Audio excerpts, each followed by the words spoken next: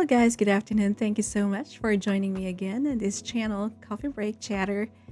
So, today we will be looking at Filipino couple in California charged with human trafficking and wage theft and what really happened on this case. This is actually just very recent. So, kung Filipino ka na nagtatrabaho dito sa US, sa healthcare industry, especially yung sa sinasabi nating caregiving or residential care facilities, this case will probably catch your attention. Hindi lang dahil Filipino ang mga taong involved, pero dahil ang mga alleged victims ay mga Filipino workers din na pumunta dito sa US hoping for a better future. So, according to the San Diego County District Office or Attorney's Office, a Filipino husband and wife, mag-asawa, are now facing multiple felony charges including human trafficking and wage theft. So, ito ay sina Rolando Bobby Solancho Corpus. He is 57 years old, and Maria Elsabel Cio Corpus, 41 years old. So I also tried to dig into their personal profiles, but there's just very limited information about this couple. Okay. This couple, they manage two residential care homes for the elderly. There is one, it's called Rose Garden in Rose Garden Vista, and this is located in Vista, California. And the other one is Rose Garden Capo, and that is in Escondido. So medyo magkalapit lang po yung mga ito. So unang tingin, very normal, right? Normal senior care facilities lang yung dalawang bahay na mga ito. These are residential homes kung saan yung may mga elderly patients ang mga nandoon, and they are receiving 24-hour care. Okay? Pero ayon sa prosecutors, behind that operation was something very different from what people expected. Okay? The investigation claims that several Filipino immigrant workers were required to work extremely long hours while receiving wages that did not comply with California labor laws. Okay? Isa ito sa mga dahilan kung bakit hindi lang labor violations ang isinimpa laban sa mag-asawa, kundi kasama rin yung human trafficking charges. Okay? Now, again, before we continue, like I always say, it's very important. I would like to clarify one thing. These are still allegations. Okay? Itong mag-asawang ito, they have not pleaded guilty. And like every criminal defendant dito sa US, they are presumed innocent unless proven guilty in court. So, importante po yun na maging parte ng video natin ngayon. Okay. Pero habang ongoing pa yung kaso, ang mga ibabahagi natin ay base sa current court documents at sa inilabas ng San Diego County District Attorney's Office. So, surprisingly, hindi naman ito nagsimula sa police raid. Hindi rin nag-umpisa sa surprise inspection. Okay, the entire investigation started because one of the workers decided to speak up. Okay, one of the caregivers actually contacted Filipino Workers Center. So this is a non-profit organization that helps Filipino workers who experience labor abuse, who experience wage theft, and workforce exploitation. So, after na narinig nila yung story ng worker na ito, the organization referred the complaint to the San Diego County Office of Labor Standards and Enforcement. So, habang iniimbestigahan nila yung reklamo, napansin nilang hindi na ito ordinary wage dispute. Okay? Investigators believe that there were actually signs of possible criminal contact as well. Okay? That's when the case was again referred to the San Diego County District Attorney's Workplace Justice Unit. Okay? And as the investigators dug deeper on the case, they discovered that the first worker might not have been the only victim. Okay? Dalawa pang dating empleyado ng mag-asawang ito ang lumapit at nagbigay rin ng halos magkaparehong kwento. So, according to prosecutors, All three workers described very similar working conditions.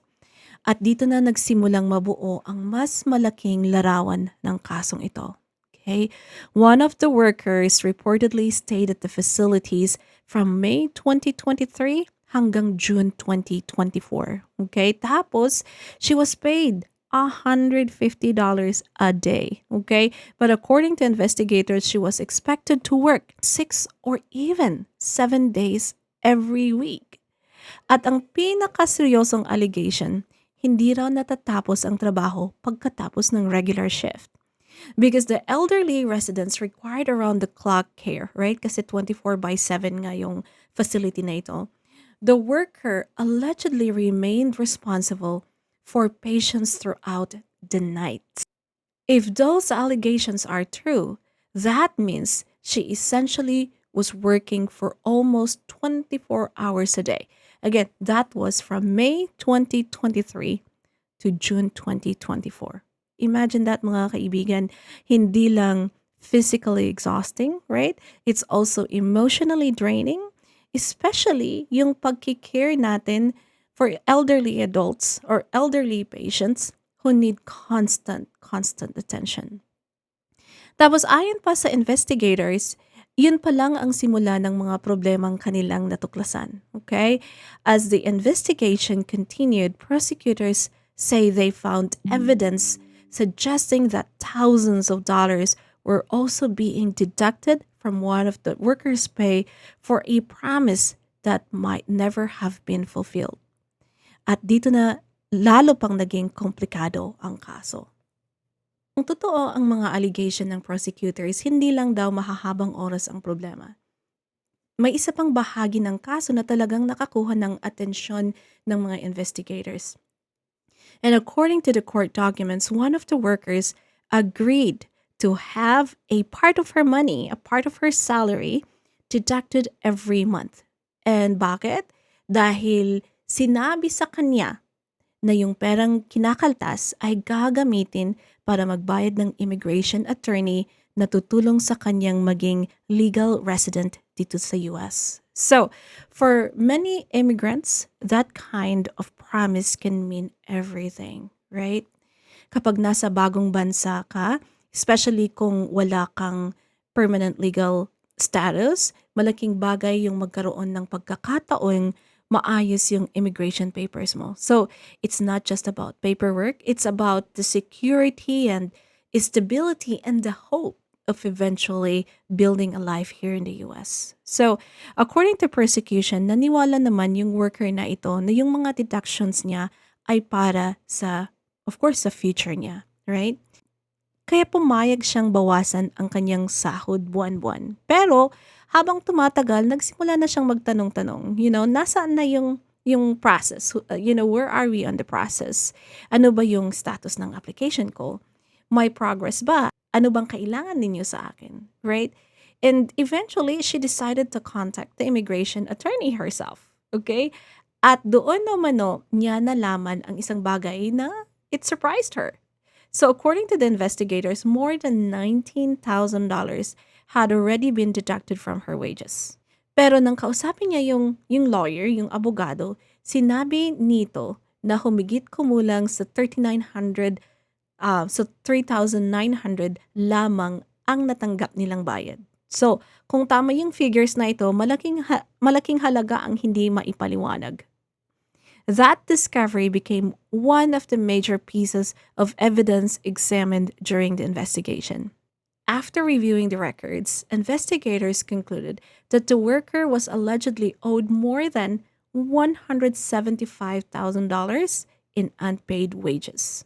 Okay, and that number actually surprised so many people. Paano umabot sa ganitong kalaking halaga? And the answer lies in California labor law. So, sa California, hindi sapat na bayaran lang ang empleyado ng fixed amount araw-araw. Kung ang actual work hours ay mas mahaba kaysa sa legal na limit, right? So, employees are entitled to at least minimum wage for every hours worked. Tapos, pag lumampas sa regular working hours, yun yung sinasabi nating overtime rules. Okay, meron na ngayong overtime rules. So according to prosecutors, the workers in this case were allegedly paid only flat daily rate of 130 to $150, okay, per day. And this is regardless of how many hours they actually work. So kung talagang umabot sa halos buong araw ang trabaho, malaking diferensya ang mabubuo kapag ikwinenta yung minimum wage tapos yung overtime. Okay, so that's why the unpaid wages allegedly reached well into the six figures. Pero hindi lang yung perang pinag-uusapan natin dito. So, again, according to the investigators, the worker was also required to live inside the care facility, right?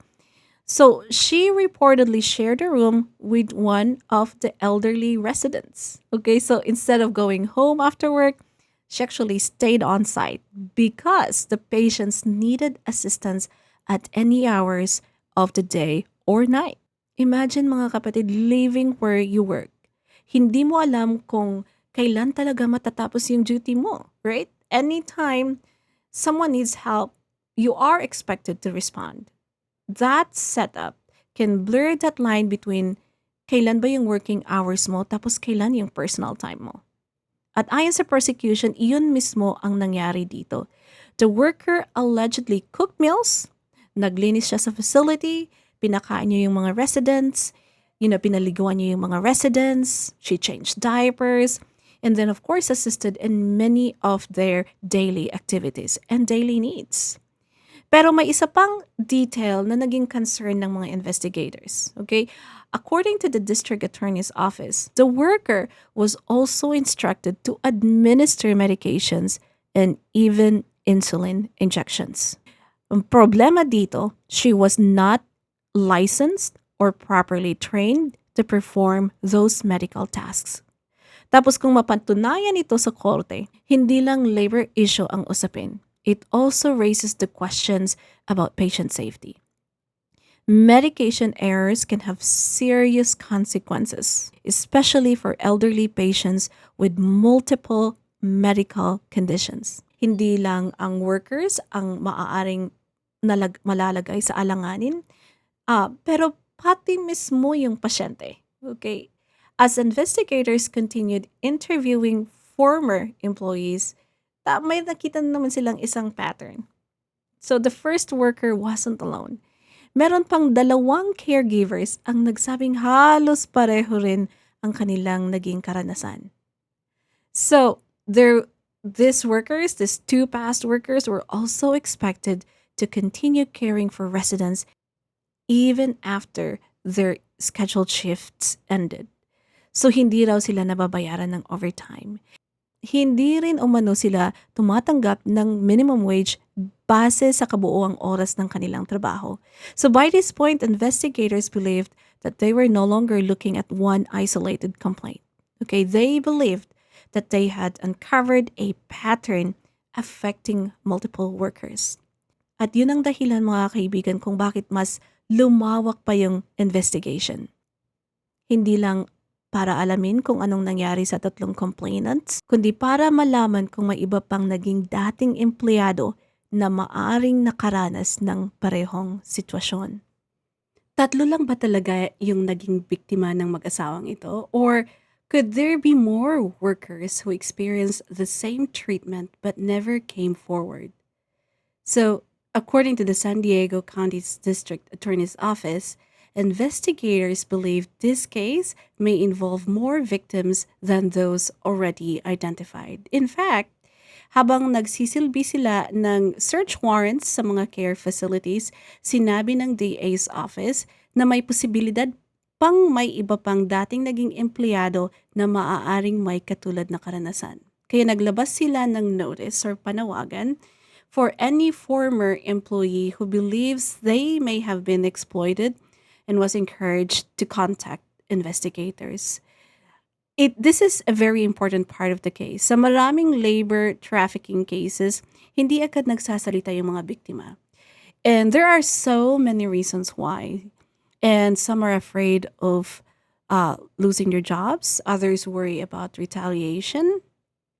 At para sa mga immigrant workers, may isa pang mas malaking concern, and that is the immigration status. So, according to court documents, again, one worker allegedly complained about long hours she was being required to work. But sinabi umano sa kanya na kung hindi siya susunod, maaari siyang i-report sa immigration authorities. And again, this is just an allegation still, and it's contained in the court documents, and it has not yet been proven in court. Pero kung mapapatunayan yun, ang isa sa mga dahilan kung bakit isinama ang human trafficking charges. Many people think human trafficking, involves physical force, pero under law, labor trafficking can also involve yung sinasabi nating coercion, yung pag-intimidate natin sa isang tao, pag-abuse ng vulnerability ng isang tao, or using someone's immigration status to control them. Hindi kailangang, naka-chain or nakakadena ang isang tao para masabing wala siyang tunay na kalayaan. Sometimes, just that fear of deportation is enough to keep someone silent. And that's exactly why these types of cases are often difficult to uncover. Okay. Sa press release, sinabi ni District Attorney Summer Estefan na ang labor trafficking is one of the most underreported crimes. Maraming mga biktima ang hindi lumalapit sa pulis. Hindi dahil walang nangyayari, kundi dahil nga sa takot sila sa maaaring mangyari pagkatapos. Okay? The DA also described this case as human trafficking, quote-unquote, hiding in plain sight. So, sa madaling salita, mga kaibigan, nangyayari ito sa isang normal na negosyo, sa isang normal na neighborhood, right? Habang karamihan sa mga tao ay wala namang ka-idea na may posibleng labor exploitation na nangyayari sa loob. So, the Filipino Workers Center, PWC, played a very important role on this story. Kung hindi dahil sa unang worker na lumapit sa PWC, maaring hindi nagsimula yung investigation. This organization has spent years helping Filipino workers who experience wage theft, labor violations, and workplace abuse. Si Aquilina Soriano Versosa, she is the executive director of PWC, praised the workers who came forward. According to her, malaking bagay ang ginawa ng mga complainants. It's not just for themselves.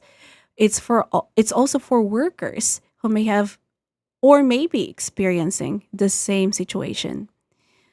She described this labor trafficking as modern day slavery. Okay? Hindi raw ito laging may kulungan or kadena. Sometimes cages are invisible. Fear, utang, immigration concerns, yung pagdedepende natin sa employer natin, dependence on an employer. Lahat ng ito ay maaaring maging dahilan kung bakit nahihirapang umalis ang isang tao sa sitwasyon kahit gusto na niyang umalis. So the County Office of Labor Standards and Enforcement also emphasized that collaboration between agencies was very critical. Hindi sapat yung isang opisina lang. The complaint first went to labor investigators, tapos it was referred to prosecutors, tapos yung mga multiple agencies working together to investigate the allegations. Yung County Labor Standards Director Brandon Butler, sabi niya kapag ang labor violations ay umabot na sa level ng criminal behavior, coordinated actions become very essential. Hindi lang daw ito tungkol sa unpaid wages. It's also about protecting workers and making sure employers who violate the law are held accountable. Investigators also wanted to make sure that the elderly residents were safe. That's one of the most important thing in there as well. Habang isinasagawa yung search warrants, humingi ng tulong yung DA's office sa California Department of Social Services Community Care Licensing Division, and their responsibility was to check on the residents and ensure they continued receiving proper care despite of the ongoing criminal investigation.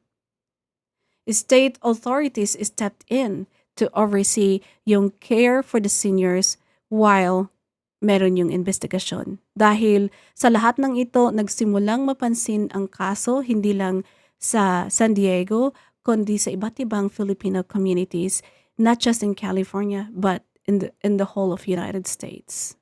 Okay? Marami ang nagtatanong, could this be happening anywhere else? May iba pa bang workers na natatakot magsalita? At ayon mismo sa DA's office, hindi pa rin dito nagtatapos yung kanilang trabaho. Because while case focuses on the Rose Garden Vista, tapos yung Rose Garden couple, investigators also began looking into whether there were similar issues connected to other facilities associated with the defendants.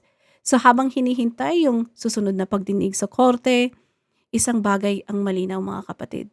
Investigation is still ongoing and prosecutors believe they may not yet have the complete picture. So habang nagpapatuloy ang kasong ito, marami pa ring tanong ang wala pang kasagutan. So, ano ba talaga yung nangyari sa loob ng dalawang care homes na ito? At gaano karaming workers ang posibleng naapektuhan? At higit sa lahat, ano yung magiging desisyon ng korte? So after the arrest of Rolando Bobby Corpus and Maria Elzabel Cio Corpus, they appeared in court for arraignment. Pero pareho nilang itinanggi ang lahat ng paratang and entered a not guilty plea. So that means the case will move through criminal justice system where prosecutors will have the burden of proving every charge beyond a reasonable doubt. So, hindi sapat ang mga aligasyon, hindi rin sapat yung public opinion. Dito sa US, ang guilt or innocence is decided in court based on evidence presented by both sides. So, sa mga prosecutors, the defendants face multiple felony charges, including human trafficking and wage theft. And again, if convicted on all counts, they could face a maximum sentence of 19 years and 4 months in state prison. Tapos, during the bail hearing, prosecutors asked the judge to increase each defendant's bail to $1 million dahil daw yung argument nila is because seriousness of the allegations and that justified a higher amount. Pero dinecline siya ng judge. Dinecline yung judge yung request na yun. The court allowed both defendants to remain out of custody after posting $300,000 bail each. Mayroon ding ilang conditions habang nagpapatuloy yung kaso. The judge ordered them to surrender their passports at hindi rin sila maaaring mag-operate ng anumang residential care facilities without the proper licensing while the case is pending. So those restrictions are intended to reduce potential risks while the criminal proceedings continue. So at this point, no trial verdict has been reached. No one has been convicted as of yet at wala pang final ruling yung court. Habang nagpapatuloy yung legal process, investigators are continuing to gather information. And the DA's office has publicly stated that they believe there may be additional victims who have not yet come forward. Kaya hinihikayat nila ang sino mang dating empleyado ng mag-asawang ito na naniniwalang nakaranas sila ng katulad ng sitwasyon na ito na makipag-ugnayan sa mga investigators. Okay, one thing this case has also highlighted is the growing conversation about caregivers here in the US. Dahil maraming Filipino workers ang nagtatrabaho sa ospital, sa mga nursing homes, assisted living facilities, yung mga home health agencies, and in fact, Filipinos have been a vital part of the American healthcare systems for decades. So most employers follow labor laws and provide fair working conditions. Pero tulad ng ipinapakita ng kasong ito, prosecutors say there are still situations where vulnerable employers or employees or workers may still be exploited. And that's why labor advocates encourage workers to understand their rights. So sa California, employees or workers are generally entitled to minimum wage. Yung overtime pay kung applicable, okay? Meal and rest breaks. Kailangan kumain ka tapos yung 15 minutes in the morning tapos 15 minutes sa hapon rest breaks. And that is under many circumstances. Tapos protection from retaliation for reporting labor violations. It's very important din na tandaan na immigration status does not automatically remove a person's workplace rights. Hindi ibig sabihin na dahil immigrant ang isang tao ay wala na siyang proteksyon sa ilalim ng labor laws. Isa yun sa mga mensaheng gustong iparating ng labor organizations matapos lumabas yung kasong ito.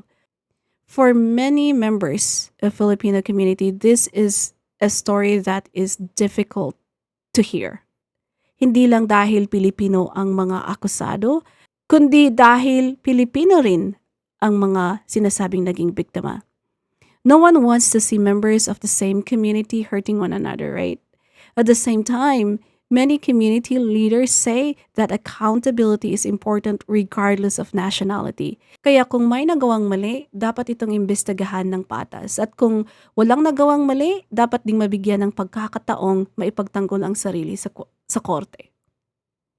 So that's exactly how the justice system is designed to work. As of now, again, the criminal case remains active. The prosecution continues to prepare for its evidence. And of course, the defense will have its opportunity to challenge those allegations. So ultimately, a judge or a jury will decide the outcome based on the facts presented in court and not, again, based on headlines, not based on social media or public opinion. So mga kapatid, we will continue to follow this case as new developments become available. And if there are additional court hearings or new evidence or updates from the district attorney's office, we will also cover those on future videos.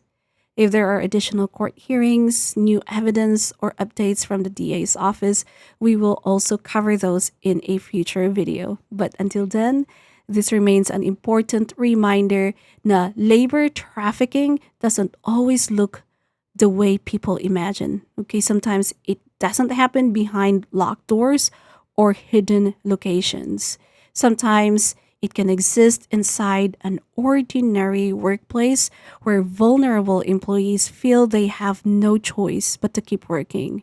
So whether these allegations are ultimately proven to be will be decided in court. So for now, the legal process continues and we'll just have to wait and see where the evidence leads us. And if you found this video informative, don't forget to like, subscribe, and hit that notification bell so you won't miss our future coverage of one of the major Filipino-American cases and other important stories affecting our communities. So maraming salamat sa inyong panunood at ingat palagi at magkita-kita tayo sa susunod na video. Bye!